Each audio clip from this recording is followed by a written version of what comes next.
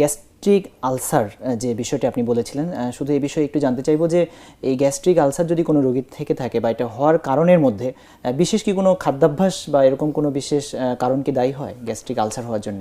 আচ্ছা, বিশেষ কোনো খাদ্য অভ্যাস বলতে আসলে খুব এভিডেন্স পাওয়া গেছে এরকম না।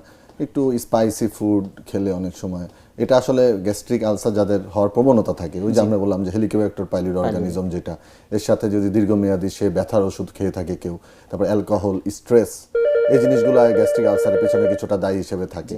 ফুড হ্যাবিটও কিছু কিছু ক্ষেত্রে কিছু ফুড হ্যাবিটও তার জন্য কিছু কিছু ক্ষেত্রে দায়ী হয়ে থাকে।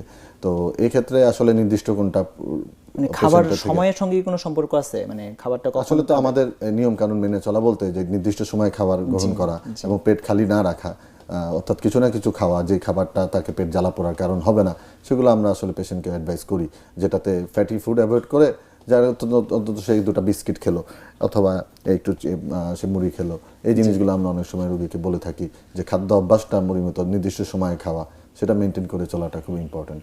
অনেক সময় হয়তো বা অ্যাক্সিডেন্টালি কোনো পয়জন যদি ভিতরে চলে যায়, পেটের ভিতরে চলে যায়, তাৎক্ষণিকভাবে তারা কি করবেন? পয়জনাস সাবস্টেন্স যদি অনেকগুলো আছে, তারা মনে করছেন যে এটা একটা পয়জন খেয়ে ফেললাম কিনা, এই প্রতি কি করবেন? ধন্যবাদ। এই ক্ষেত্রে আসলে এটা যদিও আমাদের পরিপাকতন্ত্র সংক্রান্ত বিষয় নয়, এটা একটি আমাদের জেনারেল একটি প্রশ্ন, যেটা আমরা মেডিসিনে ট্রেনিং করার সময়, আমি যেমন ঢাকা মেডিকেলে ছিলাম, আমরা প্রতি নাইট ডিউটিতে আমরা এরকম পেশেন্ট পেতাম, অ্যাক্সিডেন্টালি খাক আর ইন্টেনশনালি খাক, সুইসাইডাল টেন্ডেন্সি নিয়ে খাক।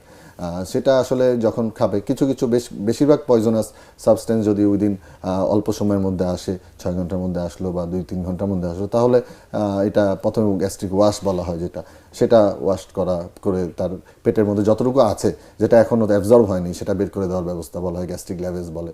আর যদি দেরি করে আসে আসলে তখন গ্যাস্ট্রিক ল্যাভেজ দিয়েও লাভ হয় না, অর্থাৎ সেটা অতি সত্বর ইমার্জেন্সি ক্যাজুয়ালিটি বিভাগে যোগাযোগ করাটাই জরুরি, দ্রুত হসপিটালে যাওয়া উচিত। কারণ বিভিন্ন পয়জন অল্প খেলেও অনেক ক্ষতি হয়, আবার অনেক পয়জন অনেক গেলেও কিন্তু সেটা ক্ষতি কম করে। এরকম বিভিন্ন পয়জনের নাম আছে, এটা আমাদের ধরন অনুযায়ী চিকিৎসা। তবে অবশ্যই এটা প্রাইভেট হসপিটালও দরকার নেই, কোথাও না, এটা সরাসরি আমাদের ঢাকা মেডিকেল বলে বা সরকারি হাসপাতালগুলোতে অতি সত্বর ইমার্জেন্সি বিভাগে গেলে এটার সাথে সাথে এটা ব্যবস্থা করা হয়। যত তাড়াতাড়ি যাবেন আপনি তত বড় ক্ষতি থেকে বাঁচতে পারবেন বলে আমরা মনে করি।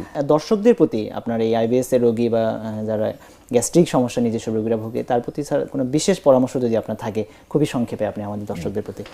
ধন্যবাদ আপনাকে আমাকে আমন্ত্রণ জানানোর জন্য। আমার মনে হয় যে পরিপাকতন্ত্র যেহেতু একটি বড় বিষয়, সেইটা আমাদের বেশিরভাগ মানুষ, ইনক্লুডিং আমি নিজেও এবং আমাদের যত বড় প্রফেসর আছে, আমি জানার মতে ম্যাক্সিমামই কিন্তু এগুলোর সাথে তাদেরও ভোগান্তি আছে। তো এই জিনিসটা খুব জরুরি বিষয়। আমার মনে হয় যে সচেতনতা, যে যদি কোনো আমি যে